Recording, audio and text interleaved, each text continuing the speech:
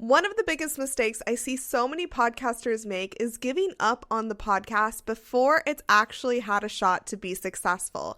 This week's guest, Laura Camacho, is a perfect example of just how successful a podcast can be when you actually give it a shot. So she almost quit her podcast after years of slow growth, but then she told herself she would give it one last year. She brought in an expert to help her and 8 times her podcast downloads.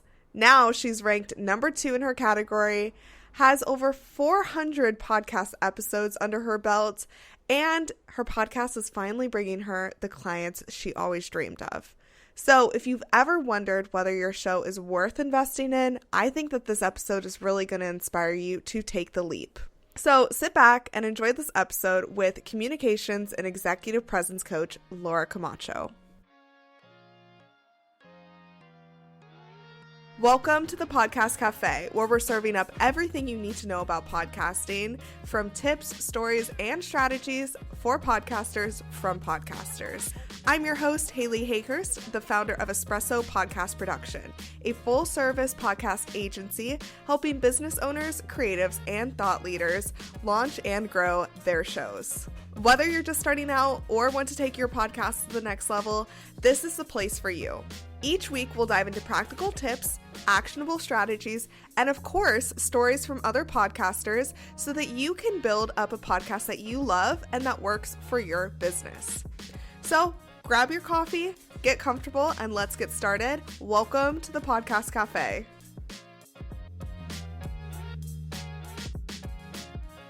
Hey, Laura, thank you so much for joining me in the Podcast Cafe. Thank you, Haley. I'm excited to be here. I usually am talking to people in the business context, like the corporate world, and this is exciting for me to talk about the podcasting world. Yes, I'm really excited for you to share all of your information with us today. But before we get started, I have to know, what is your go-to coffee order? Cappuccino with extra espresso. That's what I like. So you can. Yeah. Okay. I love What about that. you? What about you? I usually like just a latte. I get my coffee from Nespresso, like the machines. Yeah, same. And so they have a location here in Seattle that you get to go and try the coffees and like buy them all. No way. I spent $180 there the other day. Oh, but my you know gosh. what? It'll save me money in the long run. But Yeah, they just got pistachio flavors, and it's really good. So that's what I was having this morning. That sounds amazing. Yeah, I have to look that up. I love pistachio. So. Oh my gosh, me too. It's so good. Well, I'm excited to get into your podcast. So Laura, why don't you start off with telling us about who you are and what your podcast is about? Well, thank you, Haley. I am a communication executive presence coach today, but I am a nerd at heart. And, I'd never planned to be any kind of coach whatsoever. I have a very interesting and eclectic background. I've lived in several countries. I speak several languages, but I am an introvert, and the skills that those of you who are introverts, I'm betting that you were a good student. I don't know if you were a good student, Haley, because you're not an introvert, but you don't have to say. But when in school, we're taught, it's not just taught, it's ingrained in us, do the work, turn it in on time, do what the teacher asks, and you get an A. And it's great, right? That's why I have a master's and a PhD, because in school, I am super successful. But that doesn't translate directly to business success, whether you're in corporate or you have your own business. So, Haley, in 2009, I opened my shop I had been in the university almost 10 years, had just gotten my PhD, and I was going to solve the world's problems of bad communication at work. But it turns out, just saying to someone, oh, I teach communication skills, it's not compelling. It's kind of boring. It's like kind of along there with, selling maybe life insurance or being an IRS agent. Oh, and I had to learn, it's not just it's not a rational thing. You have to connect with people. And that's true whether you work, for American Express or you have your own podcast. You have to connect with people, but that doesn't come natural to all of us. So anyway, now I teach, high performing introverts, usually around director level in a company, and some business owners as well, like those special skills about talking about yourself without sounding like an egomaniac and how to connect with people. I love that. So your podcast, Speak Up, what made you decide to start, having episodes on there? Like, what made you start that? Well, Haley, we have to go back. I come from the middle ages of podcasting. So back in the day when I first started, it was just I had a blog, and so I would read my blog and record that, and, embed that SoundCloud recording, and then that became the podcast because I was, at the time, I guess podcasting was big, but nothing like it is today. Yeah. What year was this? That was 2018. Okay. So that was before COVID. And it actually may have been 2017. And so I started with that. So I got, used to recording my voice and editing it. And then COVID hit, and I started interviewing my friends. I would be like, Haley, will you be on my podcast? And we're going to talk about communication. And I would ask them these questions about it. And then I don't know how this happened. It was probably a God thing. But these PR agencies from New York and Seattle, like these big PR agencies, started sending me these amazing guests to interview. Cool. And so it just kind of blew up from there. But then, so I had this like massive growth, 2020 to say 2023. And then it kind of leveled off and then kind of went down in 2023, early 2024. So I invested in some help, a consultant based in the UK. I had asked 2 podcast consulting companies, not yours, for help, like I would like to hire you kind of email, and did not even get an answer, Haley. Isn't that amazing? Yeah. So this other guy from UK, he had been pursuing me. So I'm like, okay. And I did hire them, and they helped me kind of reboot it in last year. We started work in February, and basically it's been a year in the rebooted version. And I learned a lot that I didn't know, because I was just, going off of what I heard from other people and other successful podcasts. But that doesn't, just because, James Altucher is my all-time favorite, and I love and adore him. He has inspired me so much. But just because the model that he uses works for him doesn't mean it's going to work for everybody, is my opinion. Yeah, no, I think that's great advice. And I work with a lot of different businesses and different industries. And so no 2 strategies look alike for growth. And I think that's, So I also do like podcast review series where I pull these big podcasts. I'm like, here's what they're doing. Here's maybe how you could do it. But it can't be a copy and paste, Right. And so I really appreciate you bringing that up. What made you want to reboot it? Like, did you have new plans for the podcast? Did you want to use it more for business growth? Like, what strategy shifts did you want to see with working with a consultant? Yes. Well, I was too ignorant to even answer that question. But this was the deal. My coaching practice was good, and I wanted to diversify. So I had thought about, this is in summer of 2023. The podcast is just kind of languishing. I mean, it's not like it's nobody's listening, but I'm kind of devoid of, I don't know what to do. So it's just there. And I decide, I learned about this business model where you set up a shop to rent mailboxes and, like a packaging, like a pack and mail. And I'm like, I'm going to do that. But I really went almost to the line, and I got to the point of like signing away my children's inheritance. And I was like, it's just something didn't feel right about it. And a friend of mine who's a very savvy businesswoman, she said, Laura, your podcast is good. You have a solid audience. Why don't you invest in that? So that was like, ding, ding, ding, ding, ding. Oh, you can invest in a podcast. You can get help. You don't have to do it all by yourself. And so that's how it's the thing is, Haley, that those of us that have businesses doing other things, and we use a podcast as like a way to reach out to the world. Yep. We don't know. I mean, I guess some people know. Maybe I'm like the most ignorant of all in podcasting. But I didn't. I mean, there was just I had no idea how much I didn't know. To be quite frank. Yeah. I mean, you never know what you don't know, and so that's why I created Podcast Cafe, so other podcasters can hear what other podcasters are doing. That's really why this is here and why we're having this conversation. Right. To help other people. And so I love everything you just shared. You're also ranked number 2 for the top communication podcast, ranked by FeedSpot. When did that happen, and kind of how did you do that? Oh, Haley, that's such a funny story. Well, time around 2019, maybe, I got ranked number 9. And Haley, you would have thought I had won 7 Academy Awards. I was like, somebody is ranking me. Little old me in Charleston, South Carolina. I'm on somebody's record. I was just like, whoa, I'm number 9 in this category.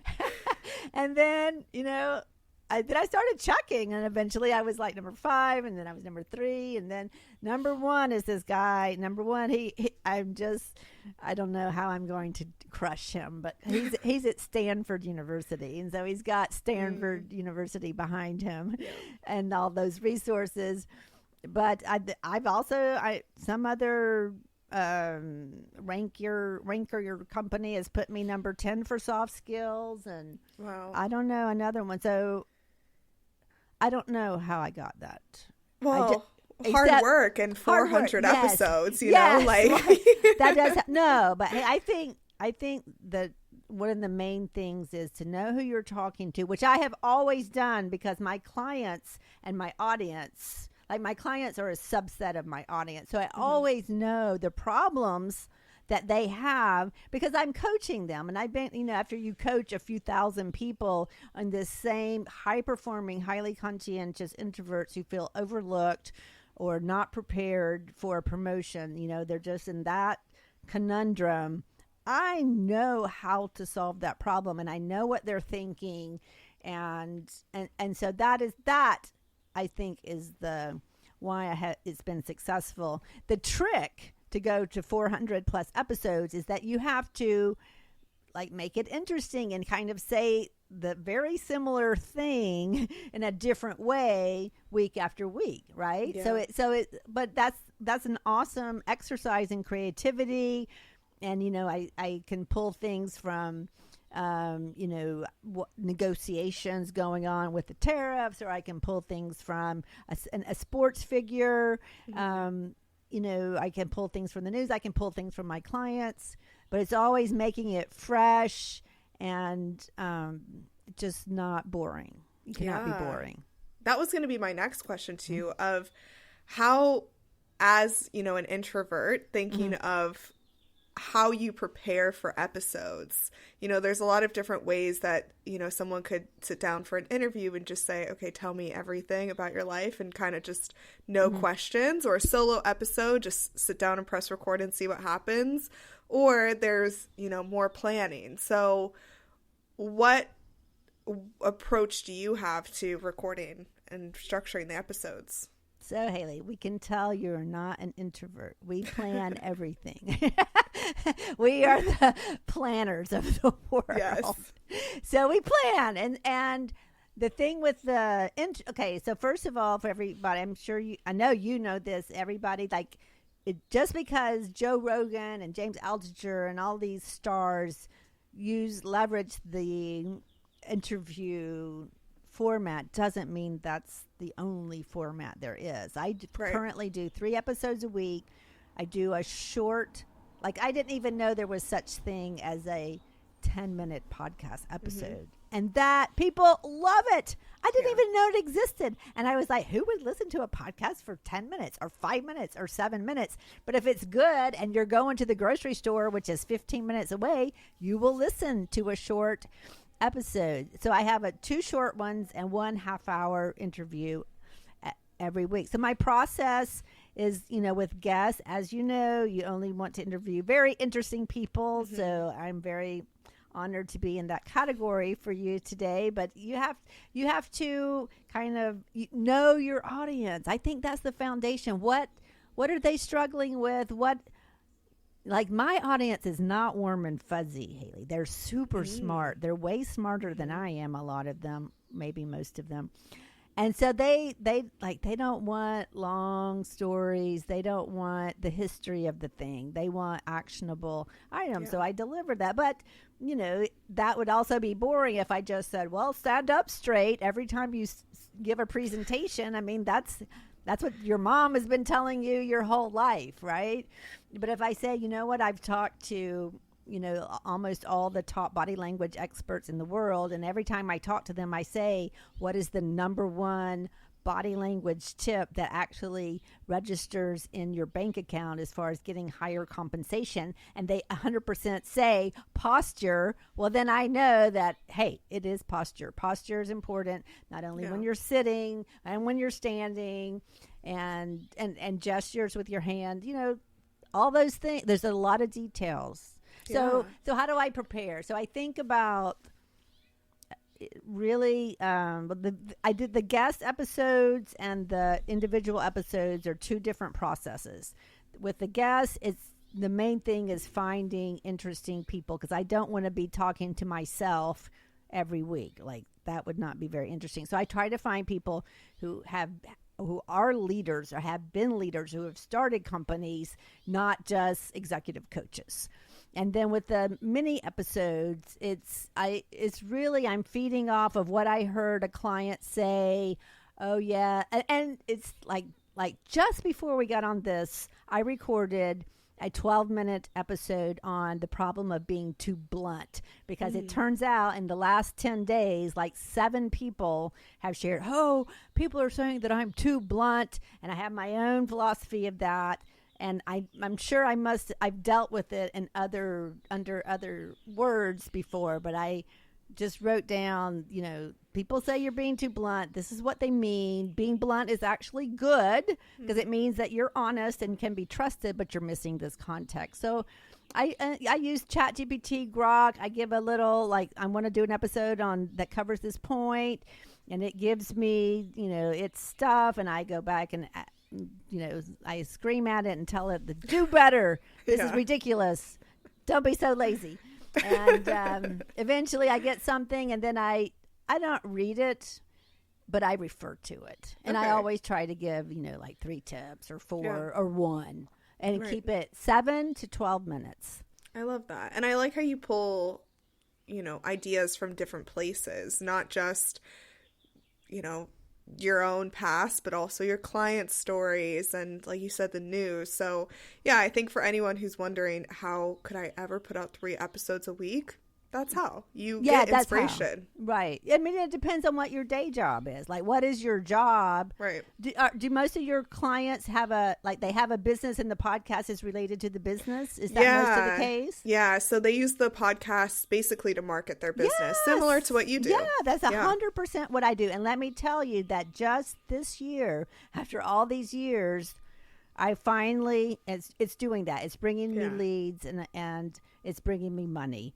But it's not easy to monetize, and because it's not self-evident. It's not like you can get, as you know, and probably everybody listening, like to make serious money off of endorsements or advertisements, you have to have, I'm guessing, hundreds of thousands of downloads lots of a month. listeners. I had a sponsor, my first sponsor last summer, and it was like $250. I'm like, that doesn't even cover the cost of editing it. So that's But that's why I always say, promote your own services. Use it for your own business. That's what I always say to my clients. That's what you have to do, or else these sponsors, they might be these big companies, but they don't pay a ton per person, don't. They do not. It's not worth it, in my opinion. And it is worth it. You just plug because your topic, your podcast content is somehow connected to what you do. So it's only logical that you put in a little, hey, and if this was interesting to you, you might be interested in this program or this coaching program or this service or this product. There's a link in the show notes, and that's it. That's great. Exactly. But if you're connecting to your audience, they will click. Yes, 100%. So before we press record, you told me that podcasting is really an introvert's dream. Yes. Tell me more. Oh my gosh. Haley, the real question is, how does an extrovert do this? I'm just kidding you.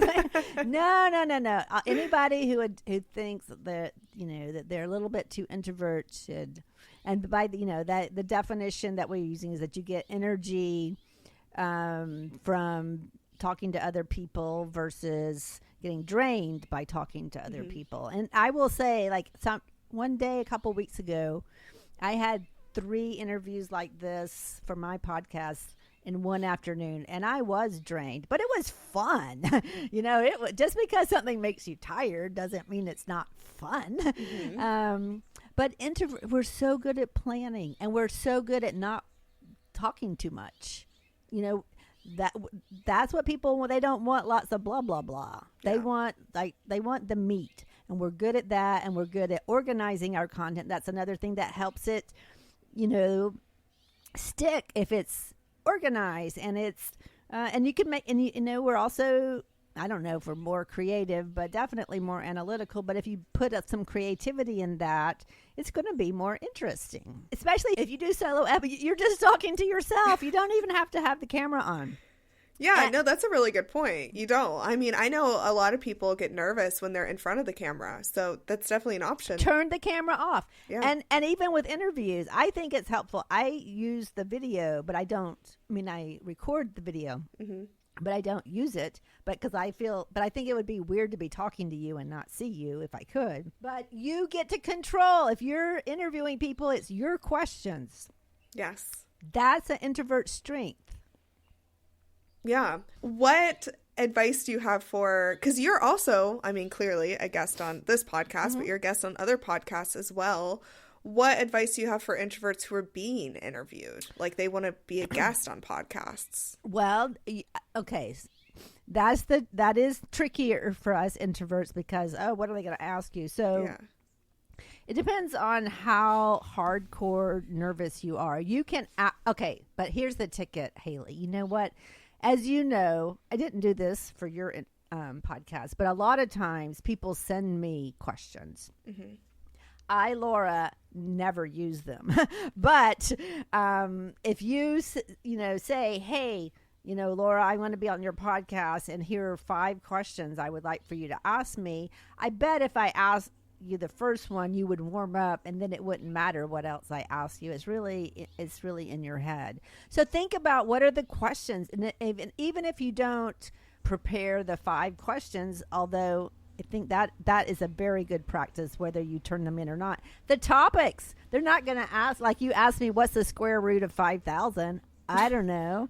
You asked me how to makes me very sweaty, so I try to avoid those questions. If you ask me, how do you change your tire, Laura? I don't know. You're not going to ask me that. So what they're going to ask you these topics, and that that's your domain. So you have more control than you realize then. Yeah. I'm helping a client launch a podcast, and she wants to interview people for 3 episodes out of the month. She's doing 1 a week. Okay. And she was like, how do I know what to ask them? And I was like, well, you could do research. You could ask them what they want to be asked. Yes. She's like, is that annoying though? And I was like, no, it's your podcast. You get to ask whatever you want to ask them in the application process. If they want to be a guest, they can, answer the longest application if they really want it, Yes. And let me tell you, no matter what topic, there are thousands of people who want to be on your podcast. Yes. So that is not an issue. They have to jump through your hoops when they're on your podcast. Exactly. That's the way it works. Yes. Yeah. So I love that tip of just, it's yours. Do it how you want. Video, no video. Prepare all the questions, use ChatGPT to come up with talking points. Yes. Those, I think, are all great ways to, approach podcasting. Right. And people don't want like this perfectly polished, well, the history of communication is blah, blah, blah, blah, blah. No, they want authentic. That's what people like about my podcast. I think that's what I like about James Altucher, that, he's quirky. He's not as polished as other people. We like that. Yeah, I like that too in the podcast I listen to. Like, I have certain pet peeves, and I'm going to ask you about some of your pet peeves as a podcast listener, but, mine are kind of like if there's too much side conversation. But I also do want to know, like, what the host is up to, beyond just social media. So, I think that's really important to know. It's like it doesn't have to be polished. Right. Well, Haley, I can tell you my pet peeve on podcasts right off the bat. And it's the problem that I'm sure this doesn't happen to your clients, but to other people's clients, when they play this same segment twice, like it would be like you answer a question and then that it just somehow they replay. I don't know how that happens, but I've heard it in several podcasts that they replay this same exact segment. It's like Groundhog Day or something. Like, we just heard that again, like. But I understand. When you're putting out a podcast, it's a grind. It's a lot going on, and too much side conversations. But you said sometimes they can be interesting too. Sometimes, yeah. Yeah. So, but I definitely, when the production is not good and that they're repeating a segment, I just find that off-putting. That is interesting. Yeah. That would. Yeah. I don't love that either. Yeah, and these are not, Ma and Pa podcasts I'm talking about. So I don't know. They need you. They need you, Haley. They need me. They do. Oh my gosh, I love that. So marketing. Yes. You put out 3 episodes a week. Yes. You have like over 400 episodes. What do you do to promote the episodes? Well, SEO. I use SEO. If you search executive presence, I own that space. Yay, I love that. Yes. I love that. I was leadership. That's the thing about niching down and really getting to the idiosyncrasies of your people. I was like, I started off in 2009 like this general communication coach, and then which wasn't really a thing at the time, and then it was for introverts. And then it was for high-performing introverts. And then even last year was like, I'm going to own the space of executive presence. And, I put leadership. This is a leadership skill, for heaven's sakes. That's really what I'm dealing with.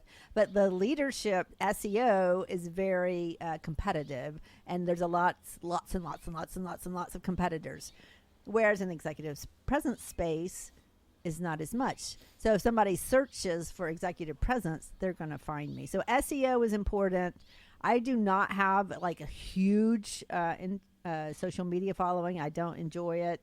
I have LinkedIn is my, best channel. Yeah. I have a little over 5,000 followers, but I put it on LinkedIn and Instagram and my newsletter audience.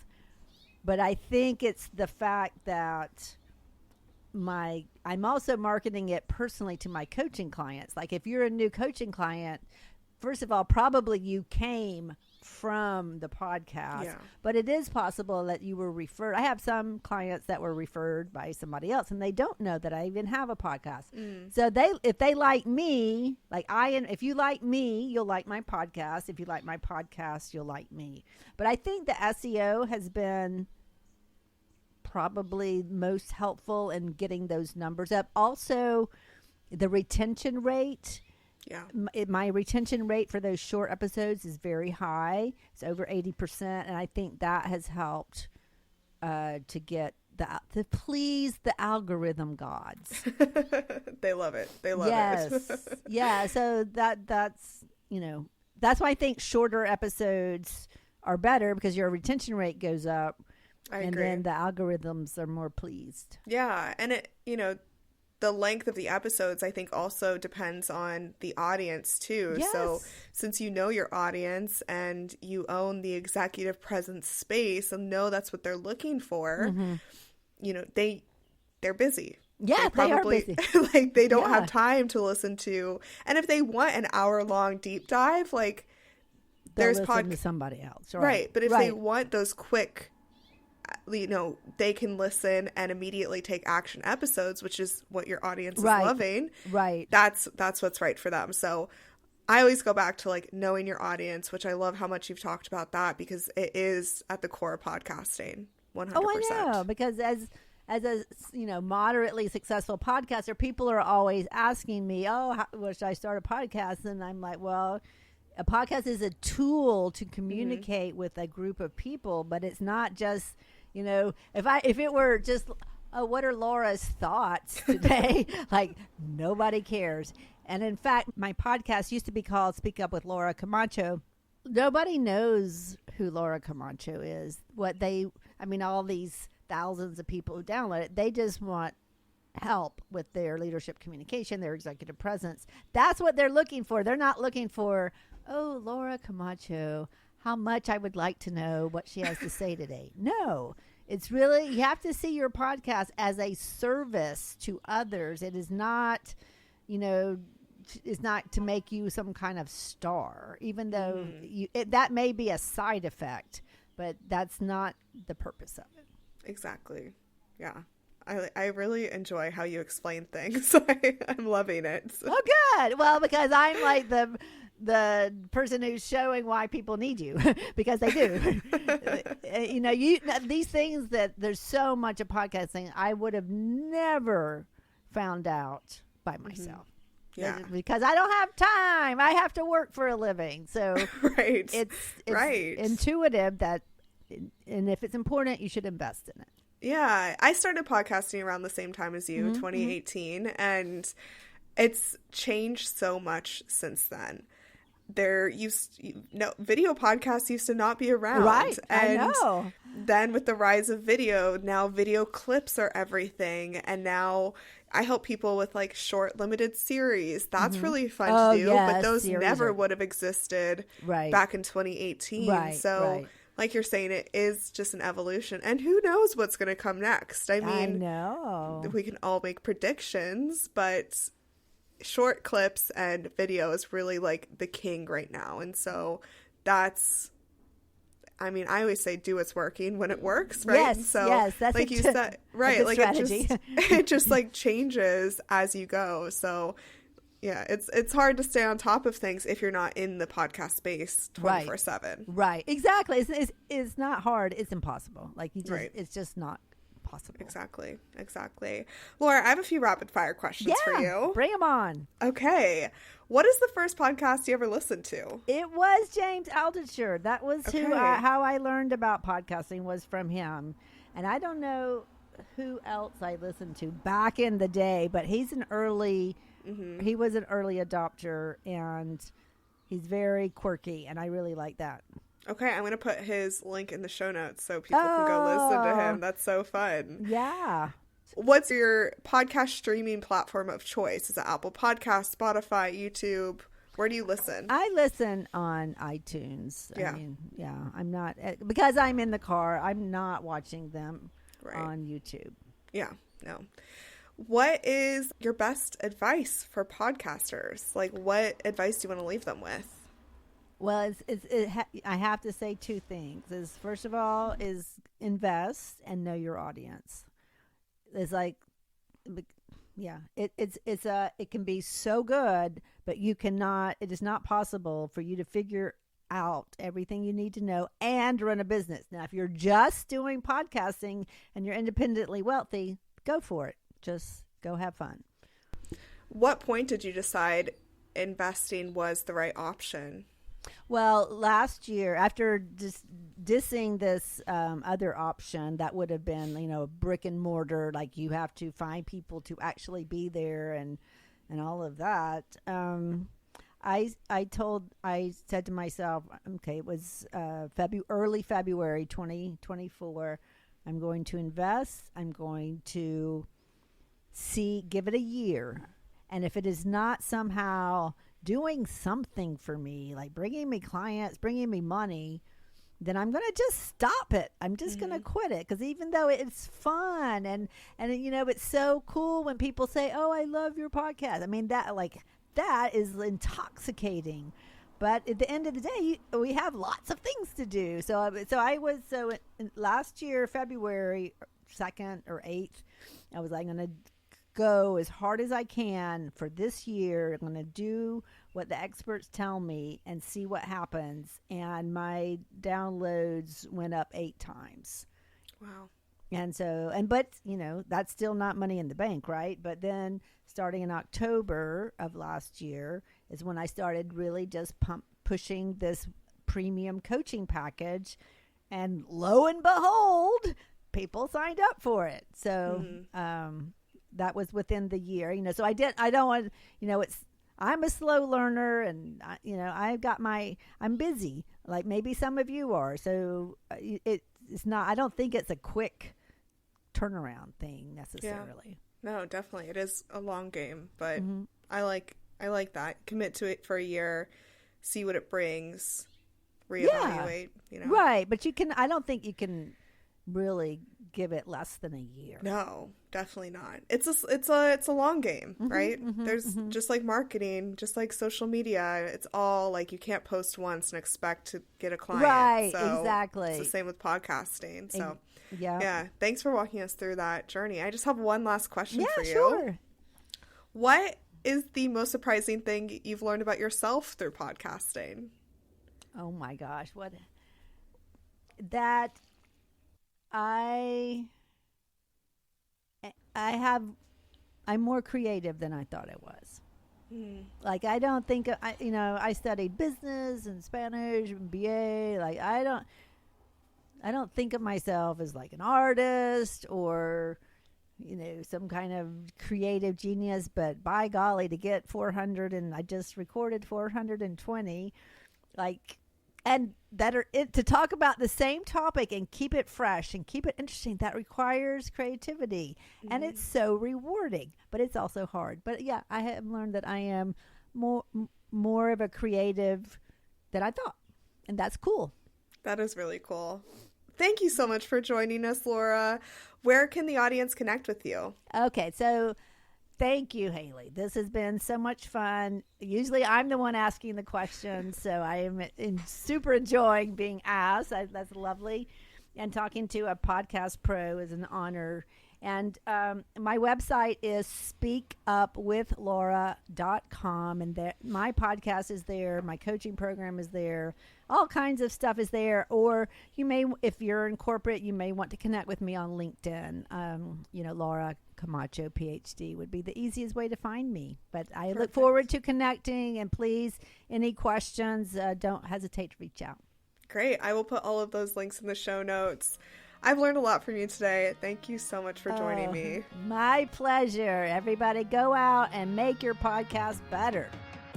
Thank you so much for joining me in the Podcast Cafe. I hope you're leaving with fresh ideas and inspiration to take your podcast to the next level. Remember, podcasting is a journey and you don't have to do it alone. I'm here to help you every step of the way. Let's connect. Be sure you follow me on Instagram at Espresso Podcast Production or visit espressopodcastproduction.com for more tips, resources, and behind-the-scenes insights. I'd love to hear about your podcasting journey. If you've enjoyed today's episode, make sure you hit subscribe so you never miss an episode. And if you're feeling extra generous, I'd love it if you could leave me a review on Apple Podcasts or Spotify. It helps more podcasters just like you find the show. Until next time, grab your coffee, keep creating, and I'll see you back here in the Podcast Cafe.